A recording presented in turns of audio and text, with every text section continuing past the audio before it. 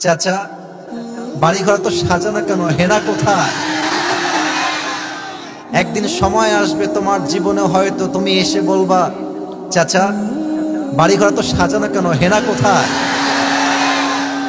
আর চাচা বলবে, বাবা হেনার তো বিয়ে হয়ে গেছে, তুমি বাস খাও, তুমি গাঞ্জা খেয়ে ঘুরে বেড়াও।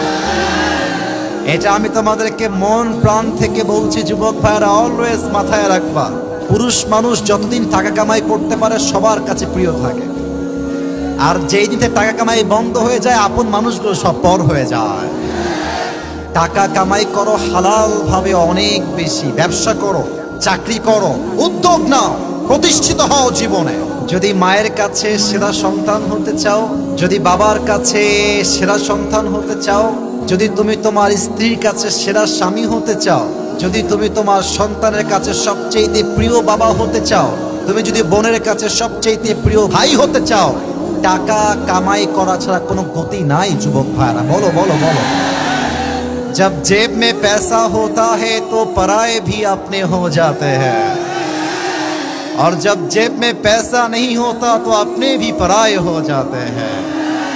পকেট ভর্তি টাকা থাকলে ভালোবাসার মানুষের কোনো অভাব হয় না বাংলাদেশে, আর পকেট খালি হয়ে গেলে ঘরের আপন বউটাও পর হয়ে যায়।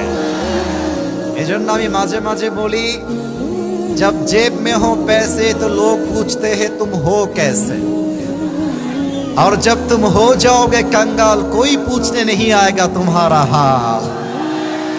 পকেট ভর্তি টাকা, বলবে হাউ আর ইউ, কেমন আছেন ভাইয়া আপনি, আর যখন পকেট খালি বলবে হু আর ইউ, তুমি কে, তোমাকে তো চিনতে পারছি না ভাই আমি। এই পুরো দেশটাই হচ্ছে টাকার খেলা। এই টাকার জন্য হাজার হাজার যুবক তার পছন্দের মেয়েকে বাংলাদেশে বিয়ে করতে পারে না, এবং এই টাকার জন্য আমি মেয়েদেরকে অসম্মান করে কথা বলছি না, সব মেয়েকে আমি আসিফ এক পাল্লায় মাপি না। অনেক মেয়ে টাকা দেখলে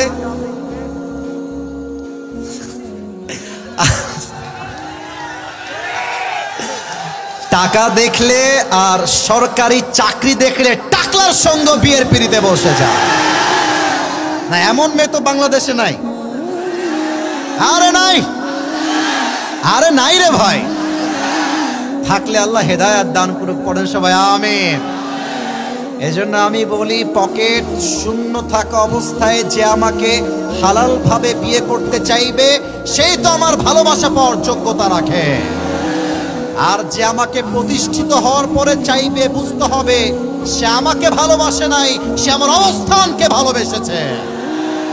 আল্লাহ যুবক ভাইদেরকে হালাল ভাবে বেশি বেশি ইনকাম করার তৌফিক দান করুক, পড়েন সবাই আমিন।